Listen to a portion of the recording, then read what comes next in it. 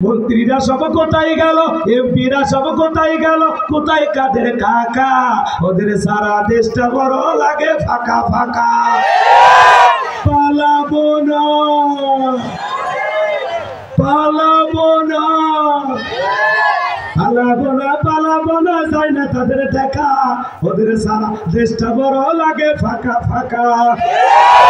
আইন মন্ত্রী আটকে গেল আইনেরই ফাঁকে, দাড়ি সারা দরবেশটারে ভণ্ড ভণ্ড লাগে।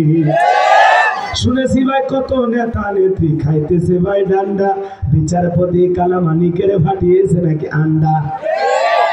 এটা আমার খবর না, মিডিয়ার খবর। এই বিচারপতি শামসুদ্দিন মানিক আল্লামা সাইদি হুজুরকে মৃত্যুদণ্ডের রায় দিয়েছিল। আমরা বলতে চাই ওই একই ট্রাইব্যুনালে বিচারপতি মানিককেও মৃত্যুদণ্ডের রায় দিতে হবে। এই বিচারপতি শামসুদ্দিন মানিক 116 জন আলিমের তালিকা করেছিল। আমার মতো গাইবান্ধার বক্তার রোল নাম্বার ছিল 23। কত নাম্বার? আজকে তালিকা সবাই ভিতরে ঢুকছে। এরা তো আসলে বিচারক ছিল না, বিগত সরকারে ছিল 5 আটা গোলা। এরা যদি দুনিয়াতে সত্যি ভালো বিচার করত তাহলে এইভাবে ওদেরকে জেলখানায় থাকা লাগতো না। আমি বলবো না, রাগ করছেন আপনারা? বলবো বলবো। পলকের ঝলক গেল, পলকের ঝলক গেল, থামিয়ে নেটের চাকা। ওদের সারা দেশটা বড় লাগে ফাঁকা ফাঁকা। কোথায় গেল সংসদেতে মমতাজের গান? কোথায় গেল হযরত বলা স্বামী মুসলমান? 70 টাকা তাহাজ্জুদ পড়তো, বিরাট করে আল্লাহর ওলি দাবি করত। আমার মাঝে মাঝে কি যেন খাইতো, আর মাইক পেলে বলতো খেলা হবে, খেলা হবে। আজকে পুরো বাংলাদেশের মাঠ পড়ে আছে, কিন্তু সে বিখ্যাত খেলোয়াড় নাই। আসেন দুলে ভাই, খেলা হবে। লিল্লাহি তাকবীর।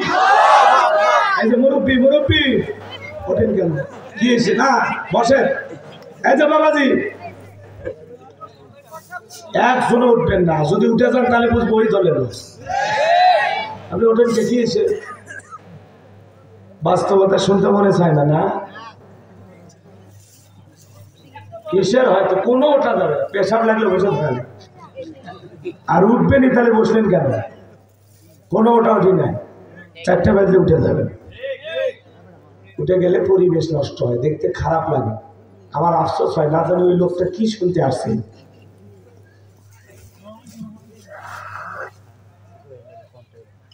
বলছি না, 2 নাম্বার আয়াতে নরম ওয়াজ আছে, নরম ওয়াজ করবো। বেশি গরম দিয়ে ছেড়ে দেব না। তো রাগ করছেন আপনারা? বিরক্ত হয়েছেন? তাহলে পাতি নেতার গরম এলাকায় থাকা যাইতো।